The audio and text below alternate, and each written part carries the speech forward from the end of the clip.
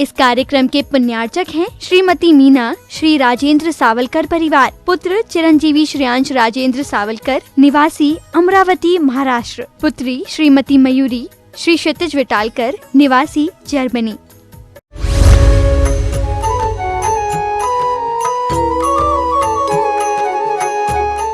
आज का दिवस आप सभी के लिए कुछ भी हो, मेरे लिए जीवन का, मुक्ति मार्ग का पहला अनुष्ठान है।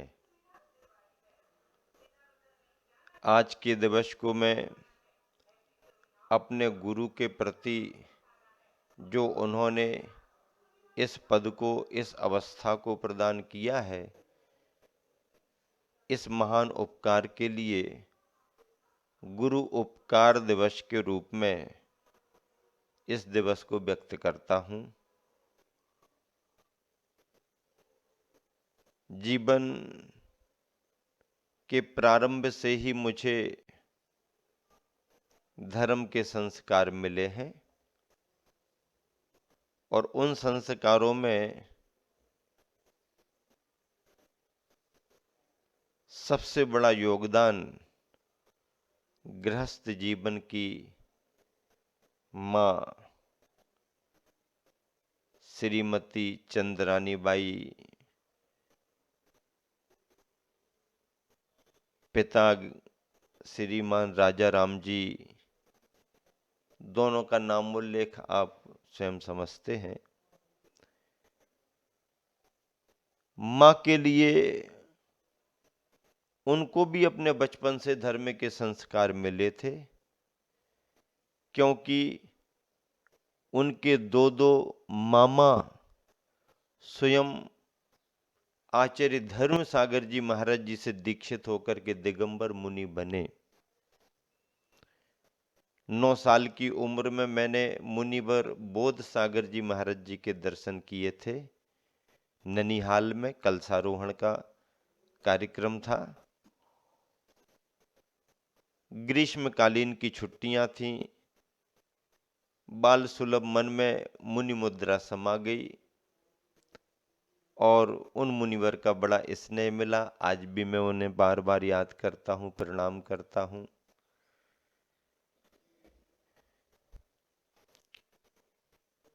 गुरुवर आचार्य विद्यासागर जी महाराज तो मुझे जीवन के टर्निंग पॉइंट के रूप में रहे हैं, पर 9 वर्ष और 18 वर्ष के बीच में मुझे जो संरक्षण और मार्गदर्शन मिला वो धार्मिक पारिवारिक बैकग्राउंड रहा। परिवार प्रारंभ से ही धर्मनिष्ठ रहा है। खेती किसानी करने वाला धनाढ्य कृषक परिवार रहा। देवशास्त्र गुरु का अनन्य भक्त परिवार रहा। गणेश प्रसाद जी वर्णी के बुंदेलखंड के संस्कारों से जुड़ा हुआ परिवार रहा। पढ़ाई लिखाई में मौज मस्तियां और मनमाने कार्य करने की प्रवृत्ति तो होती है, लेकिन वो केवल खाने पीने, घूमने फिरने और शान शौकत तक रही।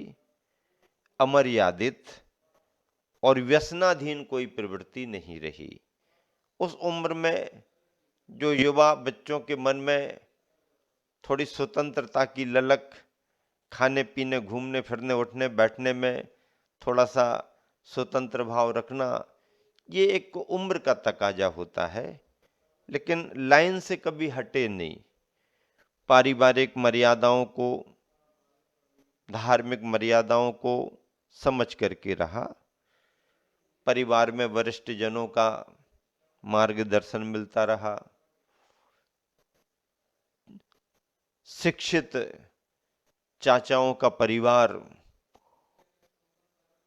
शिक्षित बुआओं का परिवार, बड़े भाई बहन, इन सब का नियंत्रण और स्नेह बांध करके रखे था।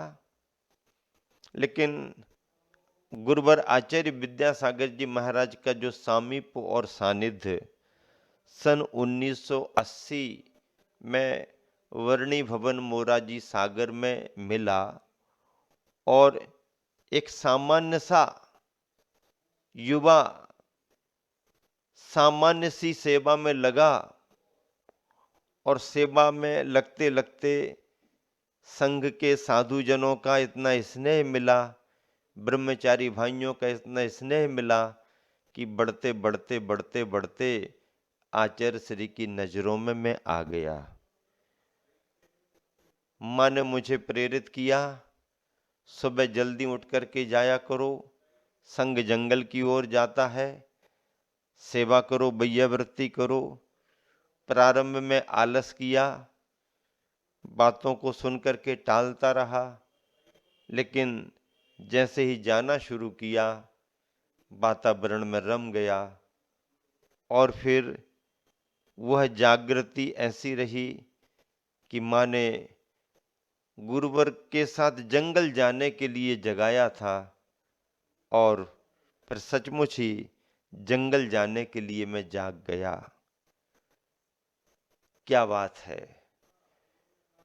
एक दिवस गुरुवर आचार्य श्री के निकट सभी बच्चों के साथ बैठा था। गर्मी का समय, वही सन 80 का। आहार के बाद आचार्य श्री सभी बच्चों को थोड़ा समय देते थे, प्रोत्साहित करते थे।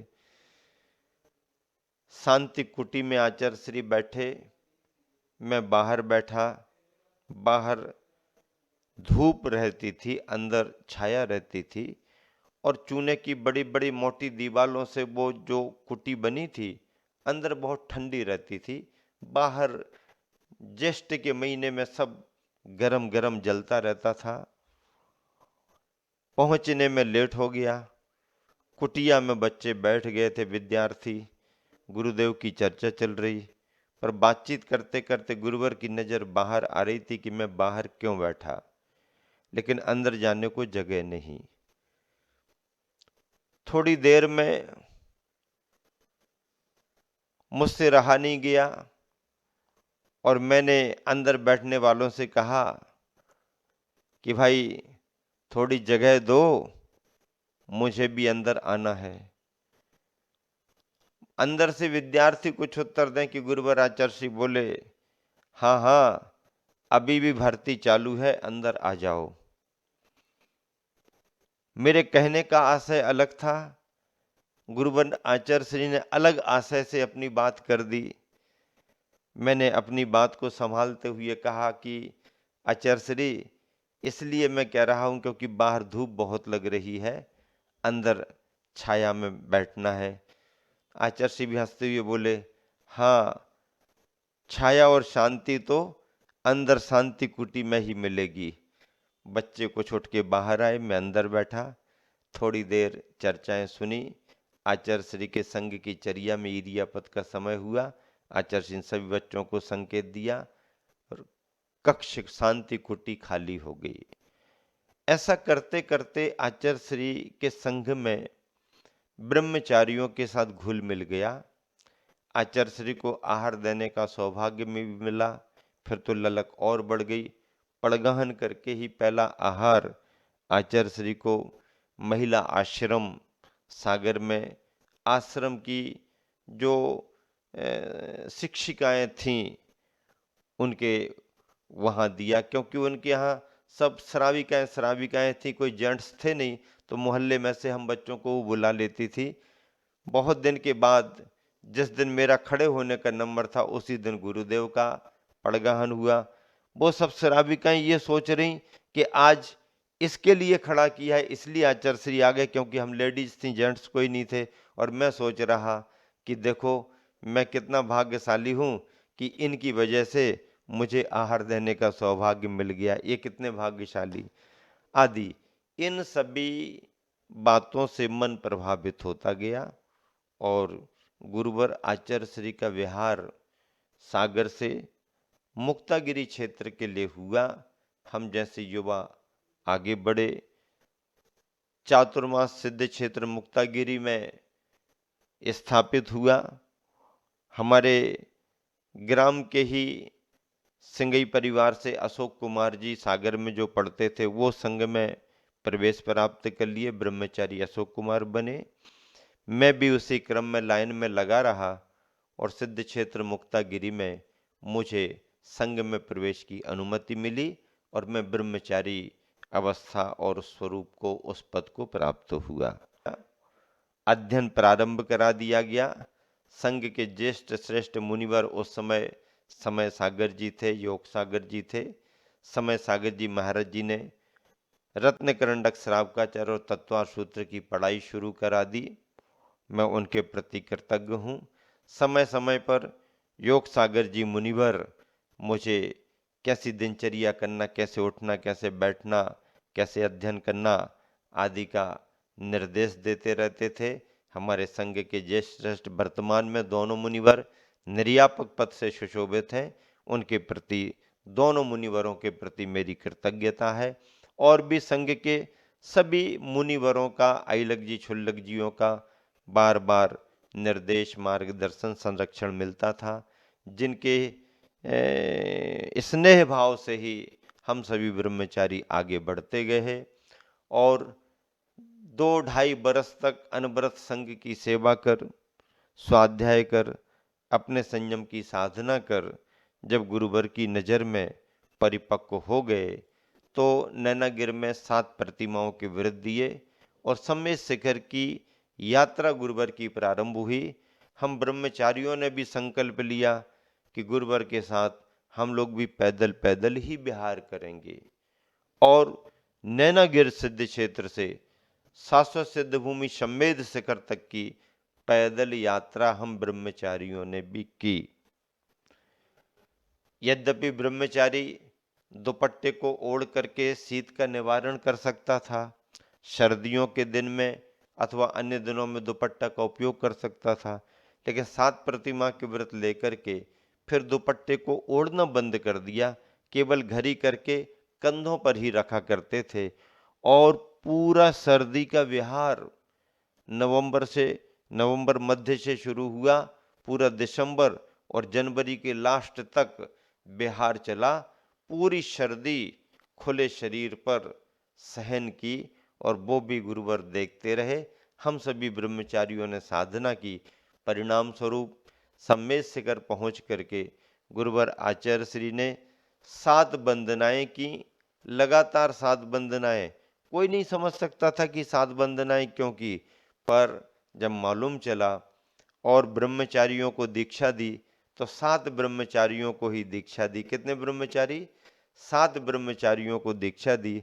और गुरुवर ने कहा कि 7 वंदनाएं इसीलिए तो की थी कि 7 ब्रह्मचारियों को ऐलक दीक्षा प्रदान करनी है। और सम्मेद शिखर जी में कुछ समय बिताने के बाद ईसरी नगरी में आचार्य श्री का ग्रीष्म काल प्रवास हुआ। विशेष संयोग बना, जिनेन्द्र वर्णी को संलेखना समाधि संपन्न करनी थी। गुरुवर आचार्य श्री का निर्देश मिला। जिनेन्द्र वर्णी सागर मोराजी में विराजमान थे, वहाँ से उन्हें ईसरी बुलाया गया। उन्होंने गुरुवर के निर्देश में संकल्प लेते हुए, विभिन्न साधनाओं को करते हुए समाधि संकल्प को स्वीकार किया। साधना प्रारंभ हुई। हम नवदीक्षित एलकों ने और पुराने संघ के एलकों ने जिनेन्द्र वर्णी की अच्छी सेवा की।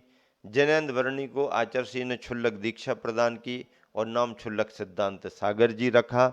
इस तरह ग्रीष्म काल में आचार्य श्री के निर्देशन में, संरक्षण में जिनेन्द्र वर्णी क्षुल्लक सिद्धांत सागर जी की संलेखना सानंद संपन्न हुई। बड़े वो अध्येता ज्ञाता विद्वान रहे हैं और उनकी संलेखना का सौभाग्य भी मुझे एलक अवस्था में मिला। आचार्य श्री स्वयं अपने पास सभी ऐलकों के लिए साथ में बिठाल करके सामायिक करते थे। आचार्य श्री 2-2, 2.5 घंटे सामायिक करते थे और हम लोग 1 घंटा 1.5 घंटा सामायिक करते थे।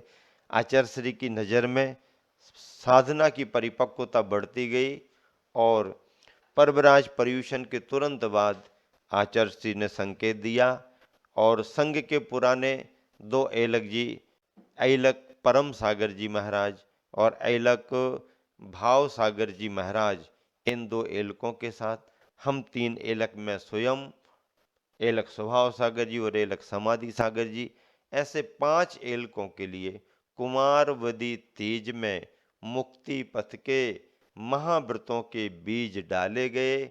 और इस बात को आचार्य श्री ने स्वयं अपने आशीर्वचनों में कहा गुरुवर ने कि आज मुक्ति के बीज इन सभी साधकों के लिए दिए जा रहे हैं और तीज की तिथि में ही इनको मुक्ति के बीज डाले जा रहे हैं।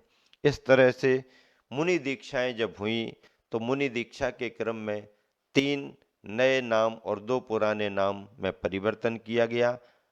ऐलक परम सागर जी महाराज जी का नाम गुरुवर ने बहुत बड़े भावों से प्रकट करते हुए कहा कि अब आज से ये ऐलक परम सागर जी महाराज मुनिवर सुधा सागर जी महाराज के नाम से जाने जाएंगे।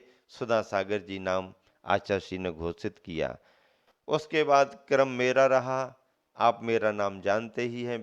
वैसे तो आत्मा का कोई नाम नहीं होता है, लेकिन इस पर्याय का, शरीर का संबोधन जो दिया जाता है वो नाम कहलाता है। मेरा नाम रहा। फिर मुनिवर स्वभाव सागर जी, मुनिवर समाधि सागर जी, और जो भाव सागर जी ऐलक जी थे उनके लिए मुनिवर सरल सागर जी का नाम दिया गया। इस तरह से हजारों लोगों की उपस्थिति में गुरुवर आचार्य श्री के द्वारा 5 साधकों के लिए महाव्रतों की मुनि दीक्षा प्रदान की गई। अब आप ये जानना चाहते हो कि महाराज जी कुछ और अनुभव सुनाइए।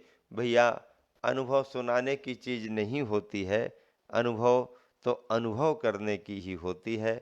और वो अनुभव ना सुनने से और ना सुनाने से, वह तो अपने में रमने से और अपने में जमने से आता है।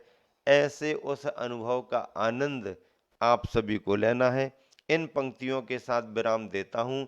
नन्ही चींटी जब दाना लेकर चलती है, नन्ही चींटी जब दाना लेकर चलती है, चढ़ती दीवारों पर 100-100 बार फिसलती है।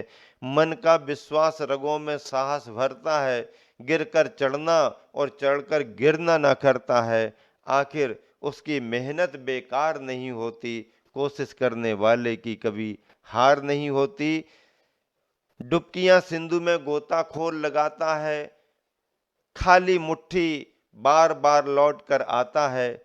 मिलते न सहजी मोती गहरे पानी में, बढ़ता दूना उत्साह इसी हैरानी में। आखिर उसकी मुट्ठी खाली हर बार नहीं होती, कोशिश करने वाले की कभी हार नहीं होती। एक शिष्य के लिए गुरुवर के प्रति कृतज्ञता का दिवस है और अपने गुरुवर के लिए गुरुवर का उपकार दिवस है।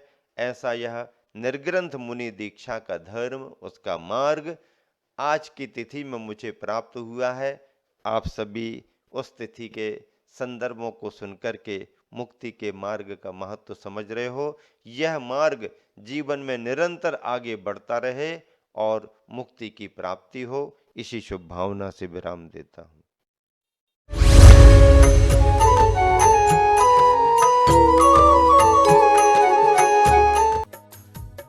इस कार्यक्रम के पुण्यार्चक थे श्रीमती मीना, श्री राजेंद्र सावलकर परिवार, पुत्र चिरंजीवी श्रेयांश राजेंद्र सावलकर, निवासी अमरावती महाराष्ट्र, पुत्री श्रीमती मयूरी, श्री क्षितिज विटालकर, निवासी जर्मनी।